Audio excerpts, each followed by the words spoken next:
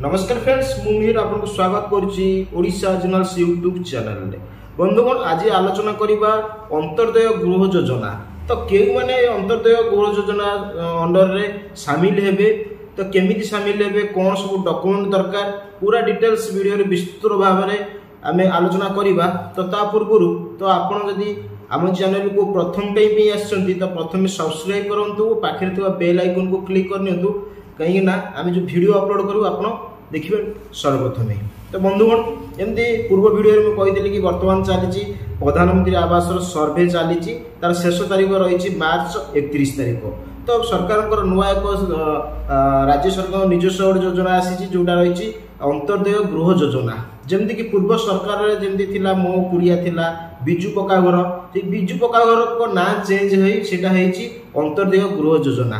तो ये जो योजनार मूल लक्ष्य रही दारिद्र्य सीमा रेखा तले जो गरीब लोक मैंने अच्छा तो से पक्का घर सामिल करने ये योजना रही। तो मार्च 30 तारीख में ये योजना शुभारंभ कलाहांडी माननीय मुख्यमंत्री मोहन चरण माझी अंत्योदय गृह योजना को शुभारंभ करेंगे। से दिन 50,000 रु ऊर्ध्व लोक वर्क ऑर्डर मिल जोटा रही। तो ये जो योजना क्यों मैंने सामिल हे, बेसिकली एटा जो रही दारिद्र्य सीमा रेखा तले जो मैंने थे, तो भिन्नक्षम लोक जो मैंने से योजना सामिल हे, विधवा लोक जो मैंने थे से सामिल हे, जमीक रहा दूरा रोग पड़ी बहुत दिन धरी रोग पड़ी परिवार लोक ए सामिल हे। से रहा बात्या बन्या घर पोड़ी अग्निकांड घर पोड़ी जाइथिबा लोक ए सामिल हे। तो यही लोक मैंने योजना सामिल हे। तो आप कौन सब डॉक्यूमेंट रहिबो कौन नहीं मो डिटेल्स आपको कहबी। तो फ्रेंड्स वीडियो को बहुत मात्रा रे आपण माने कमेंट करंतु, लाइक करंतु। तो ये जो योजना रही तो सरकार लक्ष्य अच्छी, तो जो दारिद्र्य सीमा रेखा तले रोथुवा लोकों को जो मैंने आवास योजना न पाइबे से स्वतंत्र योजना करछंती अंत्योदय गृह योजना से सामिल हेबे। जोटा कि बजेट रे आगामी जो बजेट रही 7,750 कोटी टंकार बजेट व्ययबराद कराई, जोटा कि लक्ष्य अच्छे 3 वर्ष भितर पाखापाखि 2,25,000 माने लोकों को नूतन पक्का घर अंत्योदय गृह योजना रे जोगई देबे। अंत्योदय योजना जो रही पक्का घर योजना रही, तो ये योजना रे जमती पूर्व थिला प्रधानमंत्री आवास योजना जमी थिला, तो जमती पैकेज थिला 1,20,000 टंका, सेहीपरि मुख्य जो अंत्योदय गृह योजना रे 1,20,000 टंका मिलिबो,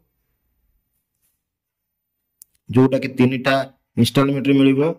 तो प्रथमे जमती अछि फास्ट इंस्टॉलमेंट आपनकर वर्क ऑर्डर मिलला परे 40,000 मिलिबो। सेपरि रूप लेवल पर्यंत हो गला परे सेकंड इंस्टॉलमेंट 65,000 टंका मिलिबो। थर्ड इंस्टॉलमेंट आपनकर 15,000 टंका मिलिबो। टोटल 1,20,000 टंका आपनको गवर्नमेंट देबे।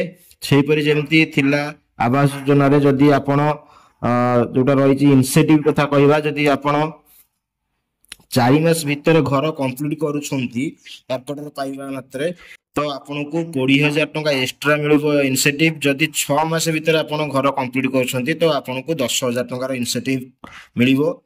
सेहीपरि आमे जदि डॉक्यूमेंट कथा कहबा तो डॉक्यूमेंट बेसिकली आपनकर आधार कार्ड दरकार, जमी पट्टा दरकार, तापरे आपनकर बैंक पासबुक दरकार।